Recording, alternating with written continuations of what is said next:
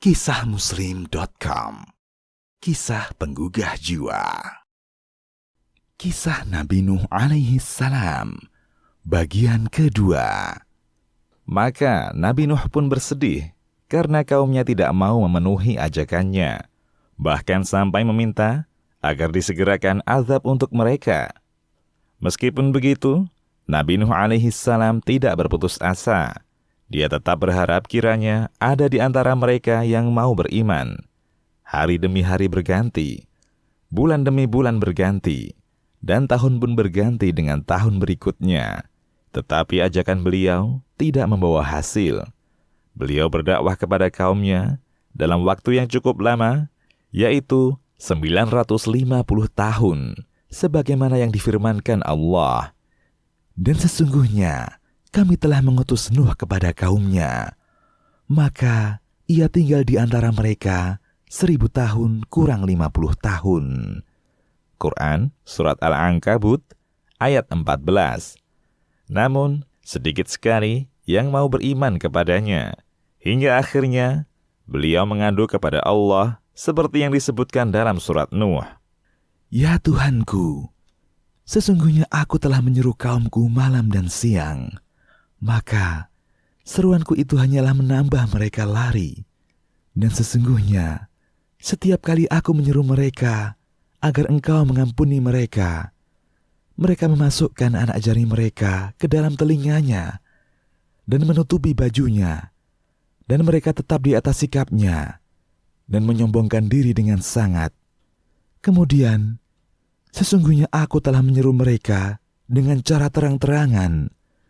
Kemudian sesungguhnya aku seru mereka dengan terang-terangan dan dengan diam-diam.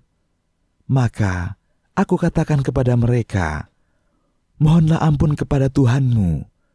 Sesungguhnya Dia adalah Maha Pengampun. Niscaya Dia akan mengirimkan hujan kepadamu dengan lebat, dan membanyakkan harta dan anak-anakmu, dan mengadakan untukmu kebun-kebun, dan mengadakan untukmu sungai-sungai. Quran Surat Nuh ayat 5 hingga 12.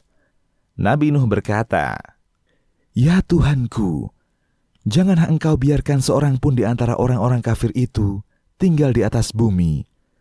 Sesungguhnya jika engkau biarkan mereka tinggal, niscaya mereka akan menyesatkan hamba-hambamu, dan mereka tidak akan melahirkan selain anak yang berbuat maksiat lagi sangat kafir. Quran Surat Nuh ayat 26 hingga 27.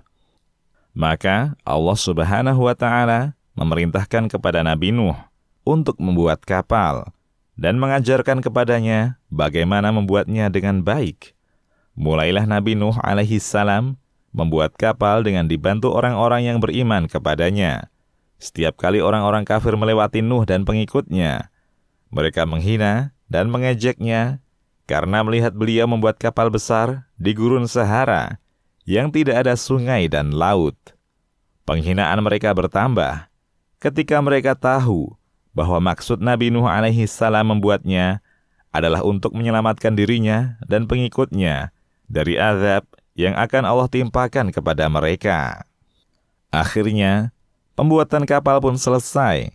Nabi Nuh mengetahui bahwa banjir besar akan tiba, maka ia meminta kepada setiap mukmin dan mukminah untuk menaiki kapal tersebut. Ia juga mengangkut setiap hewan, burung, dan hewan lainnya sepasang.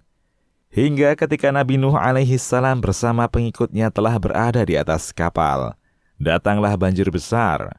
Langit mengucurkan hujannya dengan deras. Mata air di bumi pun mulai memancarkan airnya dengan kuat. Nuh pun berkata, dengan menyebut nama Allah di waktu berlayar dan berlabuhnya, sesungguhnya Tuhanku benar-benar Maha Pengampun lagi Maha Penyayang.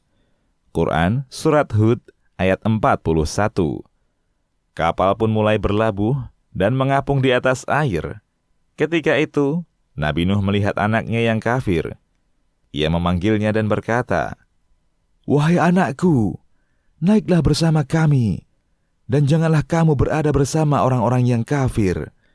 Quran Surat Hud ayat 42. Tetapi anaknya menolak ajakannya dan berkata, "Aku akan mencari perlindungan ke gunung yang dapat memeliharaku dari banjir besar."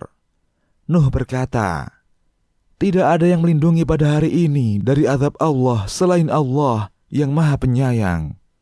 Gelombang pun menjadi penghalang antara keduanya. Maka anak itu termasuk orang-orang yang ditenggelamkan. Quran Surat Hud ayat 43. Kaum Nabi Nuh yang kafir saat melihat air membanjiri rumah mereka dan mengalir dengan derasnya, maka mereka merasa akan binasa. Mereka pun segera mencari tempat-tempat tinggi untuk menyelamatkan diri. Tetapi sayang sekali, ternyata banjir itu telah mencapai puncak gunung. Allah Subhanahu wa Ta'ala membinasakan orang-orang kafir dan menyelamatkan Nabi Nuh dan para pengikutnya. Nuh dan pengikutnya pun bersyukur kepada Allah atas keselamatan yang diberikannya. Setelah kaum yang kafir itu tenggelam, maka diwahyukan kepada langit dan bumi, "Wahai bumi, telanlah airmu, dan wahai langit, berhentilah." Maka air pun surut. Kapal itu pun berlabuh di atas bukit Judi. Quran Surat Hud ayat 44. Selanjutnya, Allah Subhanahu wa Ta'ala memerintahkan Nuh dan para pengikutnya turun dari kapal. Dia berfirman, "Wahai Nuh, turunlah dengan selamat sejahtera dan penuh keberkahan dari kami atasmu dan atas umat-umat yang mukmin dari orang-orang yang bersamamu." Quran Surat Hud ayat 48. Ketika diketahui oleh Nuh alaihi salam, anaknya termasuk orang-orang yang ditenggelamkan, Nuh alaihi salam berkata, "Ya Tuhanku, sesungguhnya anakku termasuk keluargaku, dan sesungguhnya janji Engkau itulah yang benar, dan Engkau adalah hakim yang seadil-adilnya." Quran Surat Hud ayat 45. Allah Subhanahu wa Ta'ala berfirman, "Wahai Nuh, sesungguhnya dia bukanlah termasuk keluargamu. Sesungguhnya perbuatannya tidak baik. Sebab itu, janganlah kamu mohon kepadaku sesuatu yang kamu tidak mengetahuinya. Sesungguhnya aku memperingatkan kepadamu, agar kamu jangan termasuk orang-orang yang tidak berpengetahuan." Quran Surat Hud ayat 46.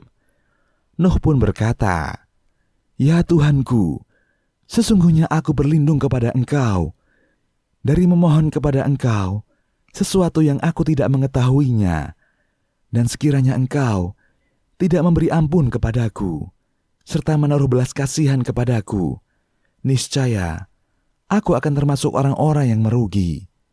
Quran Surat Hud ayat 47.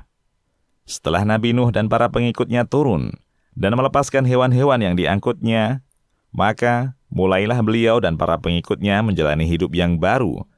Beliau berdakwah kepada kaum mukmin dan mengajarkan kepada mereka hukum-hukum agama.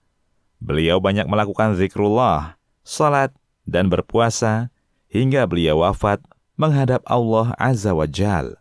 Selesai. Wa sallallahu ala nabiyyina Muhammad wa ala alihi wa sahbihi wa man walah. Demikian, wallahu a'lam. Kisahmuslim.com, kisah penggugah jiwa.